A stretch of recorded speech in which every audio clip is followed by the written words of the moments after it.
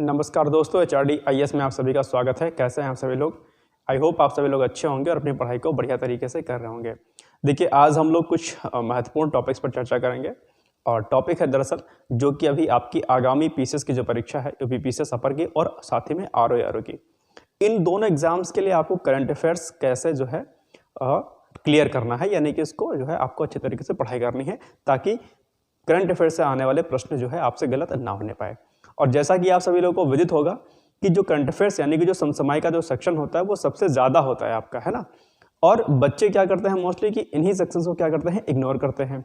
यानी कि जो सेक्शन आपका सबसे ज़्यादा आने वाला होता है, जो सबसे महत्वपूर्ण होता है, बच्चे उसी पर फोकस नहीं करते हैं। यदि आप मेरे चैनल पर शुरू से जुड़े हुए होंगे अगस्त माह से, तो मैं आपको बार बार एक ही बात कहता आ रहा था कि करंट अफेयर्स पर आपको प्रॉपर तरीके से फोकस करना है, डेली बिहाफ पर आपको करंट अफेयर्स फॉलो करना है। साथ ही में यदि आप चाहते हैं तो कोई एक मंथली मैगजीन को फॉलो करते रहिएगा।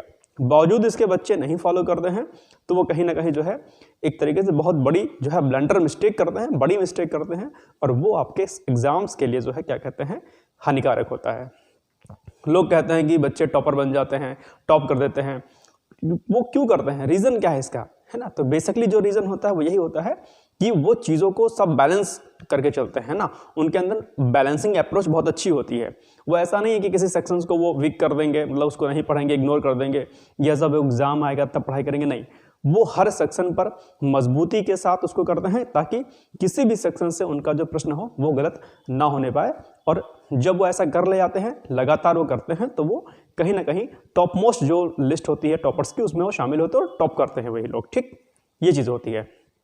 आज हम बात कर रहे हैं कि करंट अफेयर्स, अभी जो आपका समय बचा हुआ है, करंट अफेयर्स को आपको कैसे जो है करना है। ठीक, तो अभी चूंकि 11 फरवरी को आपका एग्जाम लगा हुआ है, किसका, यूपी पीसीएस आरओ का। इस समय आपको जो है लगभग 20 जनवरी तक, यानी कि 15-17 से लेकर के 17 जनवरी से लेकर के और तकरीबन 20 जनवरी तक का आपको करंट अफेयर्स करना है। 7 से 8 महीने का करंट अफेयर्स आपका पूरी तरीके से वेल अप टू डेट होना चाहिए, एकदम एक तरीके से पूरी तरीके से आपका रेडी होना चाहिए। साथ साथ में आप लोग जो है सेफ जोन में रहने के लिए 1 साल के करंट अफेयर्स पर फोकस कर लीजिएगा। यानी कोई भी पत्रिका होगी जो वार्षिक होगी या उसके पहले अगर आपने पढ़ी होगी तो उसको आप लोग कर लीजिएगा।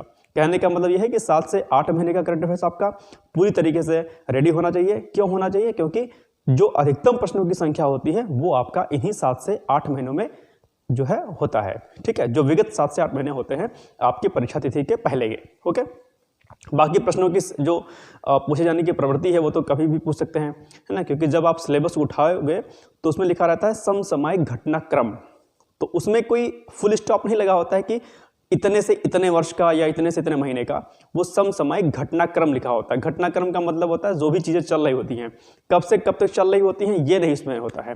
इसलिए आपको जो है चीज़ों को बेहतर तरीके से करने के लिए 1 साल के करंट अफेयर्स पर फोकस कर लेना चाहिए। सेम यही चीज़ आपको यूपी पीसीएस करंट अफेयर्स पर भी आपको अप्लाई करनी होती है, राइट। एक चीज़ तो ये हो गई। दूसरी बात, अभी जो आपका एग्जाम आ रहा है उस पर हमें किस किस टॉपिक्स पर करंट अफेयर्स का फोकस करना है जो सबसे महत्वपूर्ण है। हालांकि इस टॉपिक पर मैंने ऑलरेडी पहले एक वीडियो बनाया था, इसके बाद भी आज जो है चूंकि अब समय बहुत कम बचा है, 17-18 दिन का समय बचा है, तो आज भी मैं आपको बता दे रहा हूं कि करंट अफेयर्स के कुछ चुनिंदा टॉपिक्स को आप लोग अच्छे तरीके से रेडी कर लीजिएगा। ये आपके लिए जो है काफ़ी ज़्यादा मददगार साबित होगा। ठीक, तो ध्यान से सुनिएगा आप मेरी चीज़ों को और नोट डाउन करते चलिएगा साथ साथ में। ओके, पहला चीज़ जो सबसे इंपॉर्टेंट है वो है आपका थीम।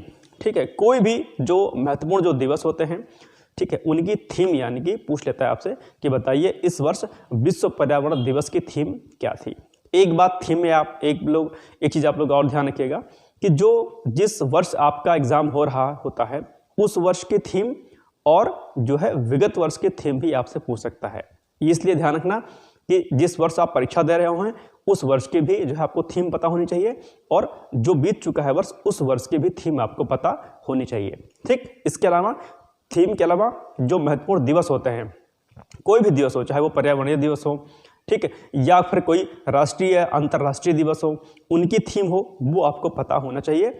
और वो पर्टिकुलर जो है क्या कहते हैं दिवस जो है कब से उसकी बनाए जाने की शुरुआत हुई थी ये भी आपको पता होना चाहिए। ठीक, तो थीम, उनकी डेट, कब से उनकी शुरुआत हुई ये। इसके अलावा नोबेल प्राइज़ एक महत्वपूर्ण टॉपिक होता है, बहुत कम समय में आपका तैयार हो सकता है, और एक प्रश्न जो है नोबेल प्राइज़ से आपको तैयार करना ही करना होता है।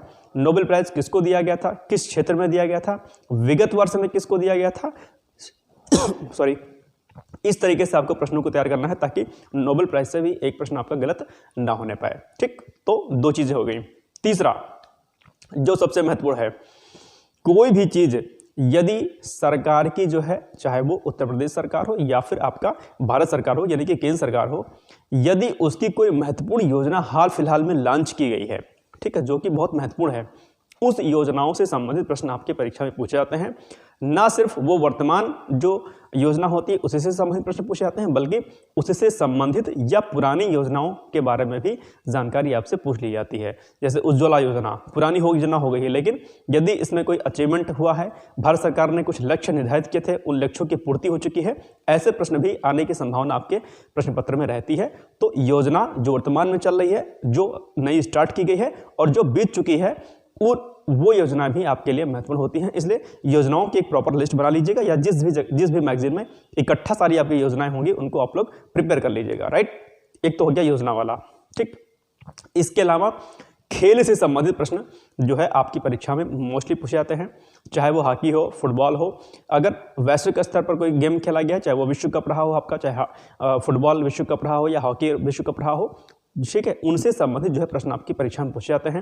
किन्होंने गोल्ड अर्जित किया, कितने जो है सिल्वर आए, टोटल नंबर ऑफ जो क्या कहते हैं जो सिल्वर थे या गोल्ड थे, ठीक है। ये डेटा जो होता है ना, ये बहुत महत्वपूर्ण होता है, ये आपसे परीक्षा में अक्सर जो है पूछ लेता है प्रश्न, तो ये भी आपको जो है रेडी होना चाहिए, ओके, ठीक है। या फिर किसी खास खिलाड़ी ने कोई खास अचीवमेंट अर्जित किया है, वो प्रश्न भी आपसे पूछ लेता है, उस पर्टिकुलर खिलाड़ी का नाम पूछ लेता है कि हाल ही में किसने इतने शतक पूरे किए, वनडे में किसने शतक पूरे किया, या किसने किस क्षेत्र में कौन सा अचीवमेंट किया। ये प्रश्न भी आपके एग्जाम के लिए महत्वपूर्ण हो जाता है, ठीक, ध्यान रखिएगा। तो थीम हो गया आपका, दिवस हो गया आपका, इसके अलावा महत्वपूर्ण जो चीज़ें होती हैं आपकी खेल से संबंधित ये हो गई। और एक चीज़ और ध्यान रखिएगा, एक है वैश्विक विरासत स्थल, यानी कि जो आपका जो है जो विरासत जो सूचियां होती हैं उनसे संबंधित जो प्रश्न आपसे अक्सर पूछे जाते हैं, ठीक है। तो हाल फिलहाल में कौन सी विरासत सूची में कौन से शहर को या किस चीज़ को, किसी स्थल को शामिल किया गया है, ये प्रश्न भी आपके लिए महत्वपूर्ण होता है, इसको भी आपको रेडी कर लेना है।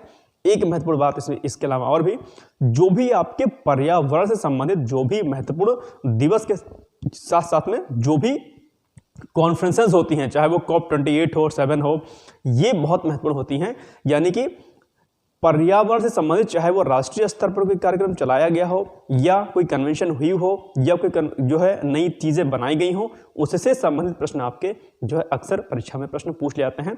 तो जितने भी कन्वेंशन होते हैं वो चाहे आपके पुराने कन्वेंशन हो, चाहे अर्थ समिट रहा हो, चाहे पेरिस समिट रहा हो, या हाल फिलहाल में COP27-28 की बैठक रही हो, कब होगी, कहाँ पर होगी, भारत में कब होगी, है ना, इसकी थीम क्या थी, कहाँ पर इसका आयोजन हुआ था, ये आपको तैयार कर लेना है ध्यान करके, ठीक। तो ये हो गया। इसके अलावा जो महत्वपूर्ण चीज़ें और होती हैं वो आपकी, आप कह लीजिए कि क्या कहते हैं, कुछ ऐतिहासिक जो चीज़ें होती हैं वो भी महत्वपूर्ण होती हैं। जैसे कि अगर कोई ऐतिहासिक दृष्टि से कोई स्थल की खोज की गई है, किसी खास चीज़ की खोज की गई है ना, कोई चीज़ इन्वेंशन की गई है किसी चीज़ की, ये प्रश्न भी आपकी परीक्षा के लिए महत्वपूर्ण होता है। तो ये भी आपको प्रिपेयर करना होता है, ठीक। तो और अच्छा, इसकी एनालिसिस कैसे होती है, इसकी एनालिसिस होती है आपके विगत वर्षों के प्रश्न पत्रों से, ठीक है। तो उसको बार बार आप लोग देखिए और बार बार जो है उसको करते जाइए। इसी तरीके से SDG गोल है ना, जो 17 SDG गोल हैं वो बहुत महत्वपूर्ण है आपके, ठीक है, क्योंकि उस पर जो है, इस पर क्या होता है कि कुछ ना कुछ कार्य जो है प्रगति होती रहती है। तो SDG जो गोल्स हैं आपके 17, उसको आपको अच्छे तरीके से कर लीजिएगा कि SDG गोल फर्स्ट में क्या है, सेकंड में क्या है, थर्ड में क्या है, फोर्थ में क्या है। ये टॉपिक इतना इंपॉर्टेंट है, न सिर्फ आपके प्री के पॉइंट ऑफ व्यू से बल्कि आपकी मुख्य परीक्षा के दृष्टि से भी ये जो है टॉपिक आपका बहुत महत्वपूर्ण है। इसको भी आप लोग रेडी कर लीजिएगा ध्यान करके, ओके। अब क्या बचता है आपका, जब दिमाग दौड़ाइए और सोचिए कि अब और कौन से जैसे टॉपिक हैं जो बच जा रहे हैं, ठीक है। तो खेल हो गया, दिवस हो गया आपका, सारी थीम हो गई आपकी, इसके अलावा महत्वपूर्ण दिवस हो गए। हाँ, अब एक दो चीज़ और बच जाती है खासकर, जैसे कि आपके नेशनल पार्क कौन कौन से हैं, हाल फिलहाल में किसे नेशनल पार्क और बनाया गया है, कौन सी सेंचुरीज हैं, इनका एक डेटा जो है निकाल लीजिएगा आप अलग से, ठीक है। उसको नोट डाउन कर लीजिएगा कि हाल फिलहाल में कौन सा नेशनल पार्क कहाँ पर बनाया गया है, नया जो बना है, ठीक है, और किसको नेशनल पार्क घोषित किया गया है, 22 पर सेंचुरीज घोषित किया गया है। तो ये जो डेटा होता है ना, ये भी बहुत महत्वपूर्ण होता है। इसके अलावा कुछ रिपोर्ट्स होती हैं जो बहुत महत्वपूर्ण होती हैं, जैसे कि आपकी फॉरेस्ट रिपोर्ट, ठीक है। तो जो है फर्स्ट रिपोर्ट 2017 हो गया, 2019 हो गया, 2021 हो गया, 2023 हो गया। ये जो फॉरेस्ट रिपोर्ट होती है ना, इनके जो डेटा होते हैं कि टोटल वन क्षेत्र कितना है ना, बाकी जो इसका डेटा होता है वन से संबंधित, ये जो है आपके लिए बहुत महत्वपूर्ण होता है। तो आपको रिपोर्ट कौन सी तैयार करनी है? एक फॉरेस्ट रिपोर्ट, दूसरा रिपोर्ट जो होती है पशुधन रिपोर्ट भी आपकी आती है, ध्यान करके रख लीजिएगा आप लोग कि पशुधन रिपोर्ट है, इसको भी आपको कर लेना है। पशुधन रिपोर्ट के अलावा एक टाइगर रिपोर्ट आती है ना, बाघों की संख्या की जो गणना होती है वो भी आपको तैयार करना होता है, ठीक है। इसके अलावा हाल फिलहाल में जो स्वच्छता सर्वेक्षण जो होता है, जो भारत सरकार कराता है, स्वच्छता सर्वेक्षण भी आपको तैयार करना होता है, ध्यान करके लीजिएगा। इसके अलावा एक प्रश्न बनता है आपका उत्तर प्रदेश विशेष का, यानी कि आपका जो है दिवस, उत्तर प्रदेश दिवस कब मनाया जाता है, स्थापना दिवस, और इसकी थीम, जैसे 2024 की थीम क्या है, 2023 की थीम क्या थी। ये साथ साथ में गणतंत्र दिवस जो आपका होता है उसके मुख्य अतिथि कौन है वर्ष 2024 के, और विगत वर्ष कौन थे, ये भी आपको तैयार करना होता है। साथ ही साथ में गणतंत्र दिवस में प्रथम जो पुरस्कार है वो किसको पुरस्कृत किया गया था, या उत्तर प्रदेश का स्थान कौन सा रहा है स्थान, ये भी जो है प्रश्न आपके एग्जाम के लिए इंपॉर्टेंट है। अच्छा, ये बातें मेरी ना इग्नोर मत करना, प्लीज़ नोट करते जाना। मैं समय निकाल कर आपके लिए वीडियो बना रहा हूँ, इसलिए चीज़ों को नोट करते जाइएगा। एग्जाम दे के आएंगे तो मुझे मेरा चेहरा आप लोग को याद आएगा कि सर ने ये बात मुझसे बताई थी, प्रश्न उसी से रिलेटेड आया है। तो प्लीज़ चीज़ों को नोट डाउन करते रहिए, इसको हल्के मत रहिए। समय निकाल कर अगर मैं आपके लिए वीडियो बना रहा हूँ तो आपके हित के लिए है, प्लीज़ इसको इग्नोर मत करिएगा, ठीक। तो ये कुछ चीज़ें हो गई। और इसके अलावा क्या महत्वपूर्ण हो सकता है, इसके अलावा जो है आपकी कोई नई चीज़ जो इन्वेंशन विज्ञान के क्षेत्र में हुई हो वो भी महत्वपूर्ण होती है, ठीक है। अगर कोई नया कोई बैक्टीरिया की डिस्कवरी हुई है, या फिर कुछ नया जो है इन्वेंशन हुआ है आपके जो है क्या कहते हैं भारत में, या फिर आपके किसी भौगोलिक क्षेत्र में, वो आप लोग तैयार कर लीजिएगा। खासकर यदि कहीं भूकंप आया हुआ है, ठीक है, जैसे आजकल भूकंप के बहुत झटके आ रहे हैं ना, अलग अलग, अभी कल ही शाम को दिल्ली में जो है वो किया गया है। तो इस तरीके से आपको एक प्रॉपर तरीके से जो है आपको पता होना चाहिए कि कहाँ कहाँ पर क्या क्या चीज़ें हो रही हैं।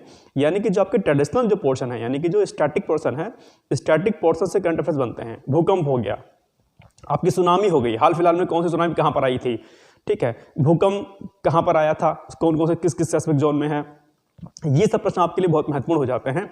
साथ ही साथ में कौन सा ज्वालामुखी में हाल ही में भी विस्फोट हुआ है, या पर्टिकुलर कौन सा ज्वालामुखी कहाँ पर अवस्थित है, जहाँ पर आया है, क्या कहते हैं, जहाँ पर विस्फोट हुआ है।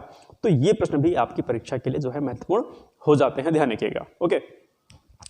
अब क्या बचता है इसमें, और अच्छा, ये जो मैं बता रहा हूँ ये बहुत महत्वपूर्ण टॉपिक्स है, क्योंकि अब सब पर तो मैं चर्चा नहीं कर सकता हूँ 10-15 मिनट में, 20 मिनट में, लेकिन जो मैं टॉपिक्स बता रहा हूँ ये मोस्ट इंपॉर्टेंट टॉपिक्स हैं, जो क्या कहते हैं आपके परीक्षा में आते हैं।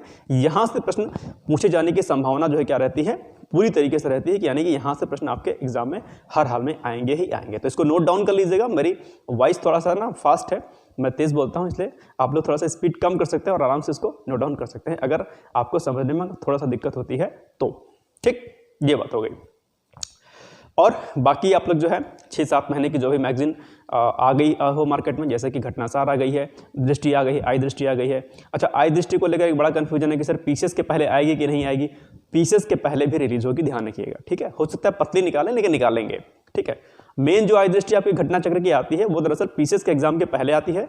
चूंकि इस बार आपका समीक्षाधिकारी, सहायक समीक्षाधिकारी की परीक्षा पहले पड़ जा रही है और 1-1.5 महीने का गैप का अंतर है, इसलिए आपकी मैगजीन इन्होंने रिलीज कर दी है, क्योंकि सबको अर्निंग करनी होती है ना, तो इन्होंने अभी निकाल दिया। लेकिन पीसेस के एग्जाम के पहले ऑलरेडी आई दृष्टि की मैगजीन दोबारा से निकलेगी, निश्चिंत रहिएगा, ठीक। तो कोई 1 से 2 मैगजीन आप लोग पढ़ लीजिएगा, अच्छे से उसकी प्रैक्टिस कर लीजिएगा, ठीक है। एक बात और ध्यान रखिएगा कि जितने भी विधानसभा भी चुनाव हुए हैं हाल फिलहाल के, उन विधानसभा चुनाव से संबंधित जो भी डेटा होते हैं, विधानसभा अध्यक्ष कितनी सीटें किसने जीती हैं, कौन सी नई पार्टी बनी है राष्ट्रीय स्तर पर, अंतर्राष्ट्रीय स्तर पर, ये प्रश्न भी आप लोग अच्छे से कर लीजिएगा। इसके अलावा हाल फिलहाल में महिलाओं से संबंधित जितने भी मुद्दे हुए होंगे, चाहे वो आरक्षण को लेकर के हो, महिला आरक्षण को लेकर के हो 33%, या फिर नया कोई आयोग बनाया गया हो, ठीक है, कोई भी संवैधानिक चीज़ें, या फिर कोई महत्वपूर्ण जो व्यक्ति है उनका निधन हुआ हो, उनकी खासकर कोई जयंती बनाई गई हो, ठीक है, ऐसे प्रश्न भी आपके एग्जाम्स के लिए बहुत महत्वपूर्ण होते हैं। इनको भी एक जगह इकट्ठा नोट कर लीजिएगा, ठीक है।